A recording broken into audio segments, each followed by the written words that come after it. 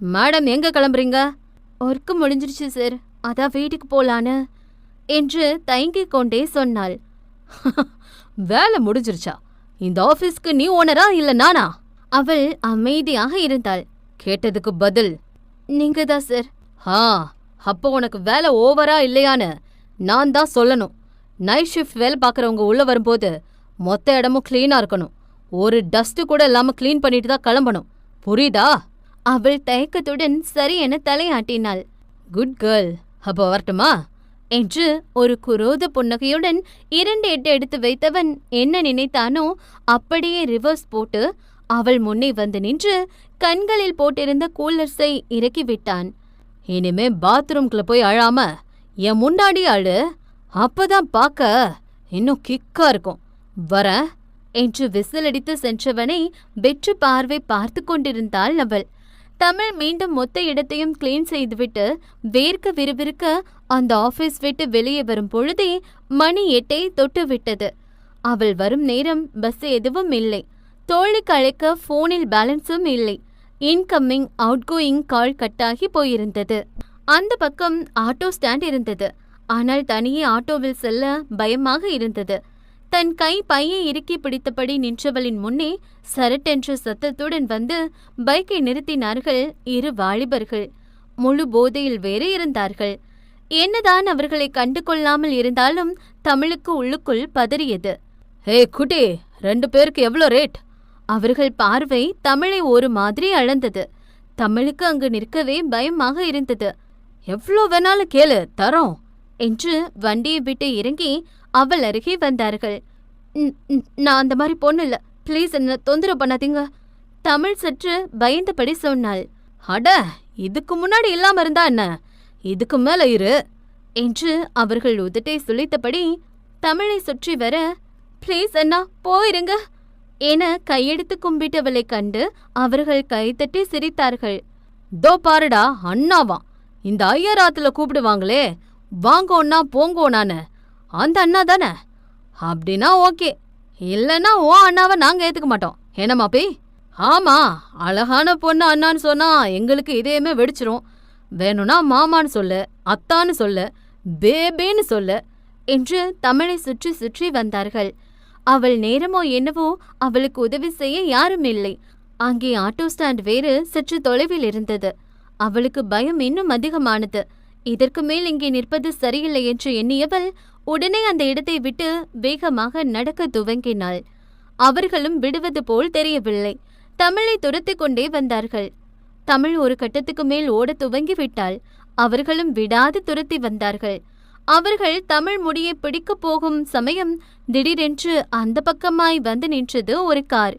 காரின் லைட் வெளிச்சத்தில் ஓடி வந்தவர்கள் இருவரும் பட்டென நின்றார்கள். அந்த கடவுளை தன்னை காக்க வந்ததாய் உணர்ந்தாள் தமிழ். அவசரமாய் அந்த கார் அருகே ஓடியவள் இப்பொழுதுதான் நிம்மதி பெருமூச்சு விட்டாள். ஏ வாடா போயிடலாம், அவன் நம்ம கையில சிக்காமலா போயிருவா, இன்னொரு நாள் பாத்துக்கலாம் என்று தமிழை துரத்தி வந்தவர்கள் அங்கிருந்து ஓடிவிட்டார்கள். கார் கண்ணாடி மூடியிருந்ததால் உள்ளே இருந்தவரை தமிழை பார்க்க முடியவில்லை. இருந்தும் மூடிய கண்ணாடி வழியாக உள்ளே இருந்தவருக்கு நன்றி சொன்னாள். ரொம்ப நன்றிங்க, நீங்க மட்டும் சரியான நேரத்துக்கு வரலனா என் நிலைமை என்ன ஆயிருக்குன்னே தெரியல, ரொம்ப நன்றி என்றாள் கை கூப்பி. அந்த மெல்லிய தெருவிளக்கின் வெளிச்சத்தில் நின்று கொண்டிருந்தவளை காருக்குள் இருந்தவன் வெளியகலாமல் பார்த்து கொண்டிருந்தான். நன்றிங்க, அப்போ நன்றிங்க, நான் போயிட்டு வர என்று கிளம்ப எத்தளித்தவள் காரின் ஹாரன் சத்தம் கேட்டு திரும்பினாள். காரின் கதவு திறக்கப்பட்டது. காருக்குள்ளிருந்து இறங்கியவனை கண்டு அவள் கண்கள் இரண்டும் அதிர்ச்சியுடன் விரிந்தது. அவள் மட்டுமல்ல, காருக்குள்ளிருந்து இறங்கியவனும் அவளை அதிர்ச்சியுடன் பார்த்து கொண்டிருந்தான். அந்த கார் ஃப்ரண்ட் லைட்டின் வெளிச்சமும் அந்த சாலையோரம் இருந்த தெருவிளக்கின் வெளிச்சமும் சேர்த்து அவன் முகத்தை தெளிவாகவே அவளுக்கு பிரகாசித்து காட்டியது. பெண்ணவள் பேச வார்த்தைகளின்றி கண்களில் கண்ணீர் துளி அரும்ப அவனை வெறித்து பார்த்தாள். அத்தியாயம் 9. தன் முன்னே நின்றவனை கண்டு பெண்ணவள் கண்கள் இரண்டும் அதிர்ச்சியுடன் விரிந்தது. ஏனோ அவளையும் மீறி அழுகை பொத்து கொண்டு வந்தது அவளுக்கு. உதட்டை கடித்து அழுகையை கட்டுப்படுத்தி கொண்டவள் விறுவிறுவென திரும்பி நடந்தாள். தமிழ் நில்லுங்க, தமிழ் ப்ளீஸ் நில்லுங்க என்றபடி அவள் பின்னே ஓடினான் சமரவன். தமிழுக்கு நிச்சயம் பண்ணி கல்யாணம் வர போச்சே, அந்த மாப்பிள்ள தான் அவன். தமிழ் நிற்கவில்லை. தமிழ் ப்ளீஸ் என்றவன் ஓடி வந்து அவள் முன்னே நின்றான். தமிழ் அவனை பார்க்காமல் குனிந்து கொண்டாள். என்கிட்ட பேச மாட்டீங்களா? அவளுக்கு அழுகை வந்தது. சரி, பேசலன்னா கூட பரவாயில்ல, வாங்க நானே உங்களை டிரா பண்றேன். இல்ல வேணாம் என்றாள் அவள் எங்கோ பார்த்தபடி. இந்த நேரத்துல இந்த இடம் உங்களுக்கு பாதுகாப்பு இல்ல. பரவாயில்ல. அப்ப போனவங்க திரும்பி வந்து பிரச்சனை பண்ணா என்ன பண்ணுவீங்க? அவள் அமைதியாக இருந்தாள். என் மேல இருக்க கோபத்தை இதுல காட்டாதீங்க ப்ளீஸ் என்றான் கண்களால் இறைஞ்சி.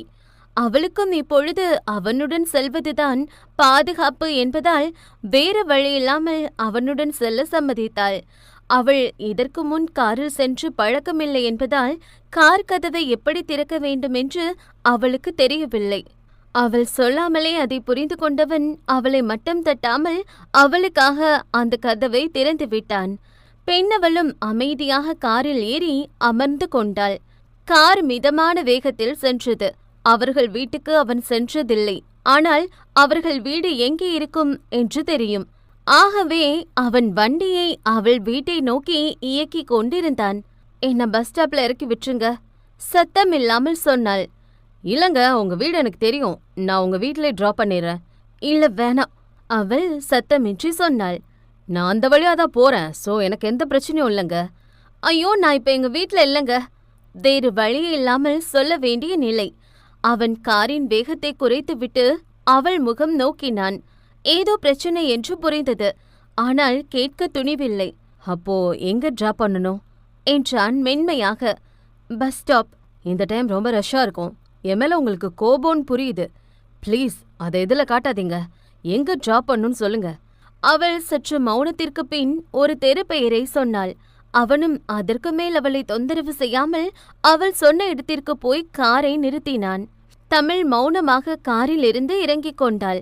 தேங்க்ஸ் என்று வாய்க்குள்ளே முணுமுணுத்து கொண்டவள் விலகி நடந்தாள். அவனுக்கு என்ன பேசுவதென்றே தெரியவில்லை. பேச வாய்வரை வார்த்தை வந்தாலும் கூட ஏதாவது அவளை பேசி காயப்படுத்தி விடுவோமோ என்று பயமாகவும் இருந்தது. ஆகவே காரை எடுத்தவன் பல யோசனைகளுடன் வீட்டை வந்து சேர்ந்தான். அவன் வீட்டுக்குள் நுழையும் பொழுதே பல பிசினஸ் மேக்னெட் அந்த காஸ்ட்லி சோஃபாவில் அமர்ந்து அவன் அன்னையுடன் கதைத்து கொண்டிருந்தார்கள். அன்னை கண்டு சிறு தலையசிப்பை மட்டும் கொடுத்தவன் அவன் அறை நோக்கி சென்றான். ஆடை கழட்டிவிட்டு வந்து பாத்ரூம் ஷவரில் நின்றவன் கண்ணை மூடினான். மூடிய கண்களின் வழி அவளை முதல் நாள் பார்த்த காட்சி படமாக ஓடியது. சமரவனுக்கு எதிலும் சாய்ஸ் கிடையாது. அவன் அன்னை என்ன சொல்கிறாரோ அதை மட்டுமே அவன் செய்தாக வேண்டும். அந்த வீட்டை பொறுத்தவரை அவர் சொல்தான் முதன்மையாக இருக்கும். அவன் போடுகிற சட்டையிலிருந்து அவன் படிச்ச காலேஜ் வரைக்கும் எல்லாமே அவர் சாய்ஸ் தான். சமருக்கு அதுவே பழகிருச்சு. அம்மா பேச்ச மீறி அவனுக்கு பழக்கமே இல்ல. அப்படித்தான் ஒரு நாள் திடீர்னு அவன் அம்மா, உனக்கு பொண்ணு பார்த்திருக்கேன், நீ அவளைத்தான் கல்யாணம் பண்ணணும் அப்படின்னு சொல்லிட்டாங்க. அவனால அவர் பேச்ச மீற முடியுமா என்ன?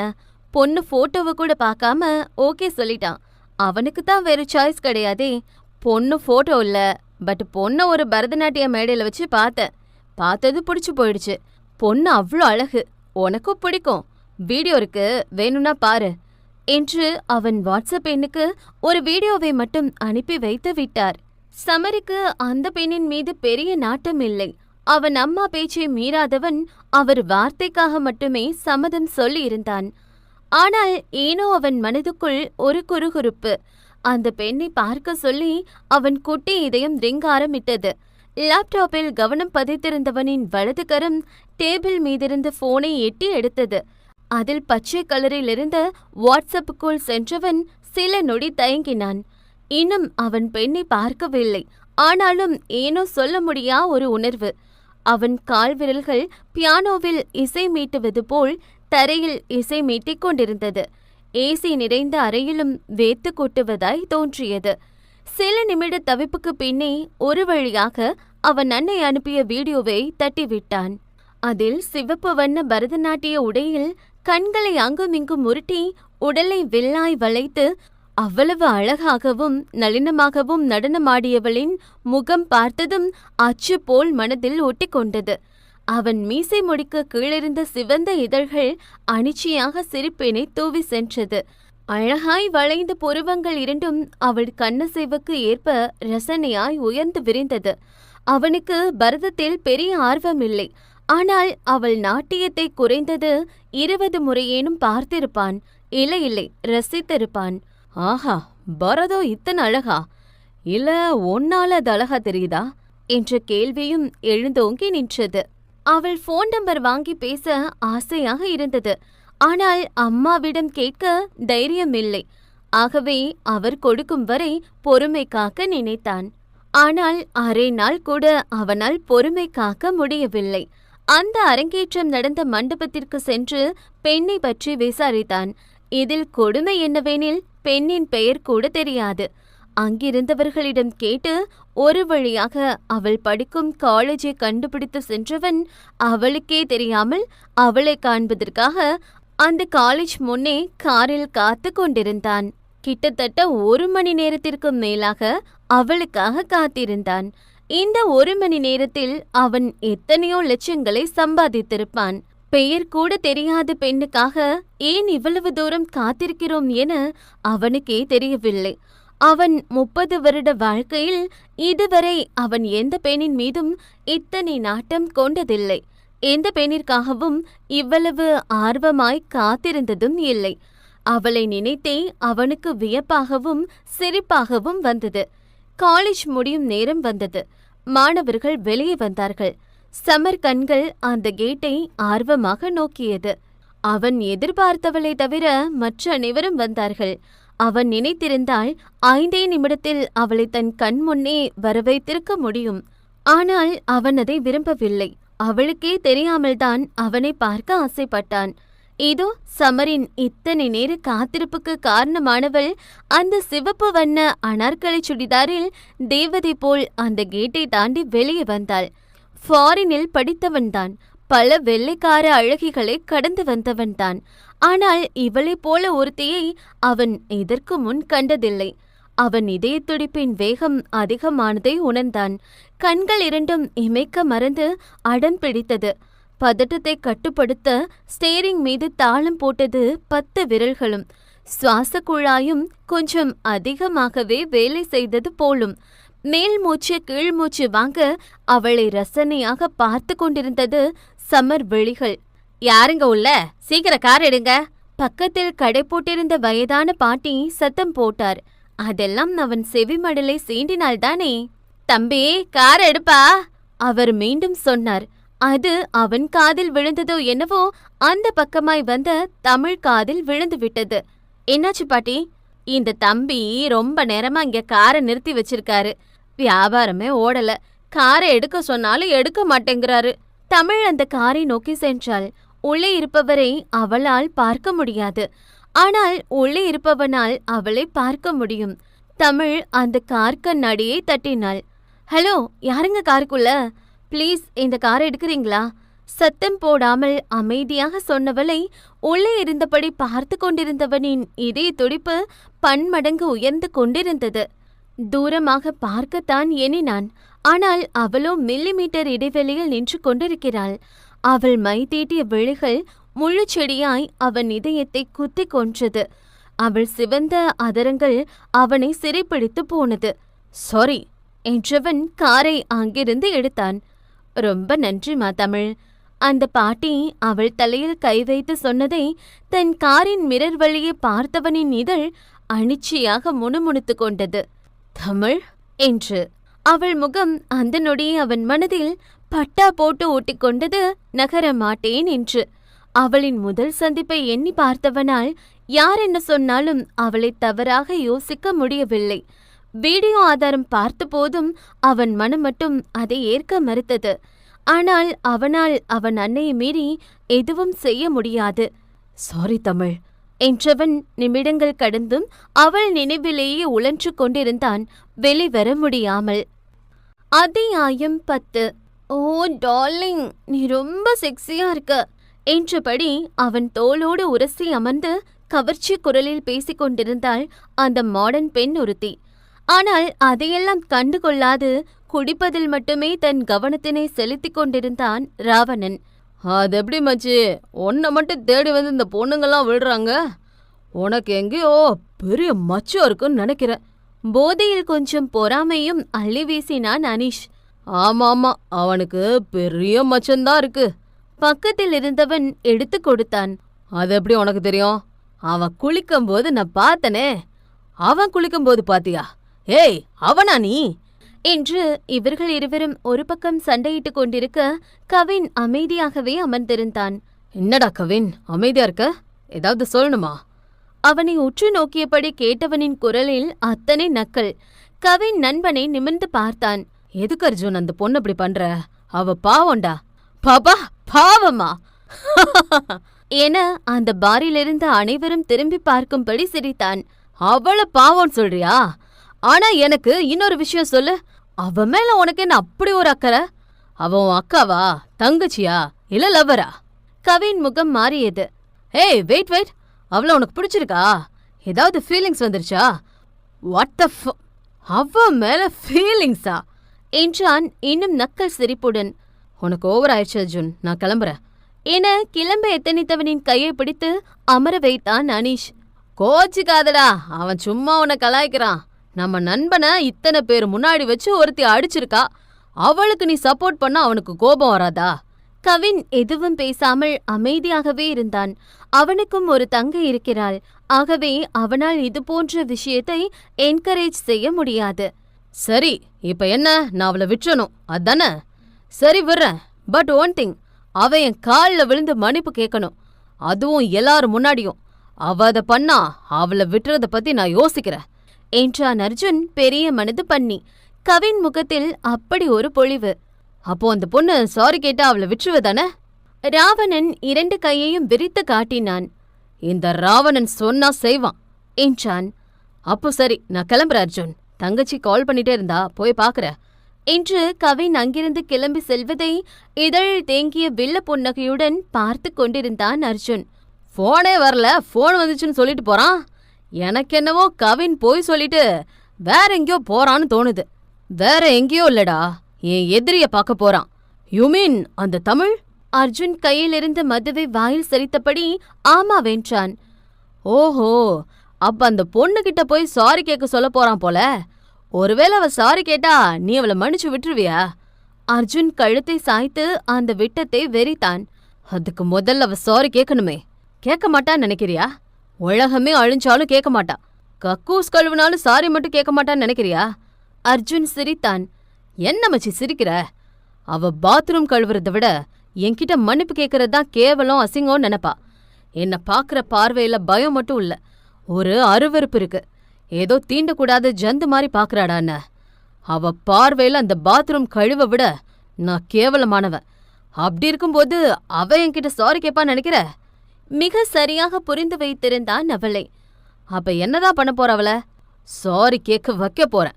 அது மட்டும் இல்ல, என்ன கிஸ் பண்ண மாட்டேன்னு சொன்னால, அவளே வந்து என்ன கிஸ் பண்ணுவா. பண்ண வைப்பேன் என்றான் வில்லத்தனமாய் சிரித்து. அப்படி கேட்க மாட்டேன்னு சொன்னா, நீ சொன்னதை பண்ண மாட்டேன்னு சொன்னா? அதற்கு அர்ஜுன் பதில் சொல்லவில்லை. மாறாக வேறு எதையோ எண்ணி சிரித்தான். அதே சமயம் அந்த பப்பில் இருந்து கிளம்பிய கவின் நேராக சென்றது தமிழ் தங்கியிருக்கும் அபார்ட்மெண்ட்டுக்கு தான். ஃபர்ஸ்ட் டே ஒர்க் எப்படி போச்சு தமிழ்?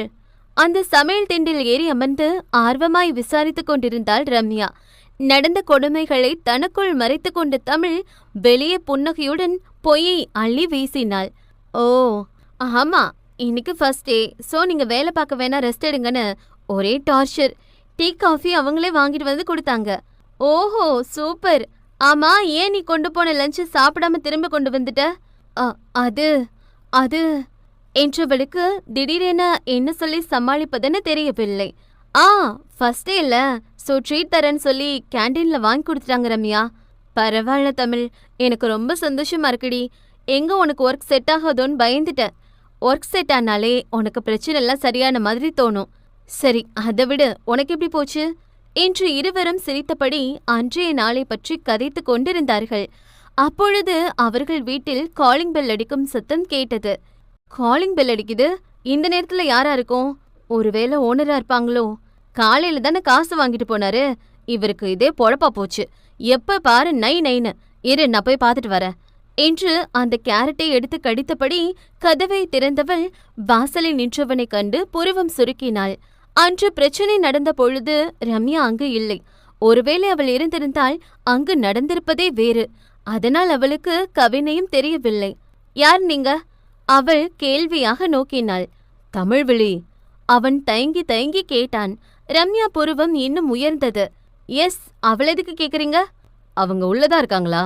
நான் அவங்க கிட்ட பேசணும். அது இருக்கட்டும், நீங்க யாருன்னு சொல்லுங்க. எதுக்காக வந்திருக்கீங்க? நான் ராவணன் என்று அவன் சொல்லி முடிக்கும் முன் படார் என்று அவன் கன்னத்தை பதம் பார்த்தது அவள் கைவிரல்கள். அவள் இப்படி திடீரென அடிப்பாள் என அவனும் எதிர்பார்க்கவில்லை. இன்ஃபேக்ட் அவன் இதற்கு முன் எந்த பெண்ணிடமும் அடி வாங்கியதே இல்லை. பொறுக்கி ராஸ்கல், உனக்கு எவ்வளவு தைரியம் இருந்தா என் ஃப்ரெண்டு வாழ்க்கையை நாசம் பண்ணிருப்ப. ஒன்னதாண்டா இவ்ளோ நாளா நான் தேடிட்டு இருந்த. இன்னைக்கு செத்தடா நீ என்று வாசலில் தொங்கிக் கொண்டிருந்த டோர் ஸ்கிரீனை எடுத்து அவன் கழுத்தில் போட்டு முறுக்கினாள். அவனை பேசவே விடவில்லை அவள். வெளியே ஏதோ சத்தம் கேட்டு ஓடி வந்த தமிழ் இந்த சம்பவத்தைக் கண்டு பதறிப்போய் தோழியை பிடித்து இழுத்தாள். ஏ ரம்யா, என்னடி பண்ற, விடுடி என்று அவளை இழுக்க எவ்வளவோ முயற்சி செய்தாள். ஆனால் ரம்யா வலுவாக இருந்தாள். இவன் தானே உன்னை இந்த நிலைமைக்கு கொண்டு வந்த ராவணன், நீ விடுடி, இவனை கொன்னு இந்த இடத்துல சமாதி கட்டுற என்றாள் கண்களில் வெறியுடன். ஐயோ கடவுளே, இவர் அவ இல்லடி. தமிழ் கூச்சல் போட்டு கத்தியதில் ரம்யா கை நழுவியது. என்ன, இவர் ராவணன் இல்லையா? அப்ப இவன் யாரு என்றாள் அங்கே இருமிக் கொண்டிருப்பவனைக் கண்டு. கவின் கழுத்தில் தழும்பை வந்துவிட்டது அவன் நெறித்ததில். இன்னும் கொஞ்சம் விட்டிருந்தால் அவனை கொன்றிருப்பாள் போலும். தமிழ் ஓடிப்போய் தண்ணீர் எடுத்து வந்து கொடுத்தாள். அதை வாங்கி கொடுத்தவனுக்கு நிதானம் அடையவே கொஞ்சம் நேரம் எடுத்தது. என்னடி பண்ணி வச்சிருக்க என்பது போல் தோழி ஏறிட்டாள் தமிழ். இல்லடி, இவர்தான் ராவணன்னு சொன்னாரு. ராவணன் ஃப்ரெண்டுன்னு சொல்ல வந்தங்க. அவன் இருமியபடி சொன்னான். சரி, அது அப்பவே சொல்லிருக்கலாம் தானே. நீங்க எங்கெங்க சொல்ல விட்டீங்க? அதுக்குள்ளதான் கழுத்துல சுருக்கு போட்டு பேச விடாம பண்ணிட்டீங்களே. தமிழ் தோழியை முறைத்தாள்.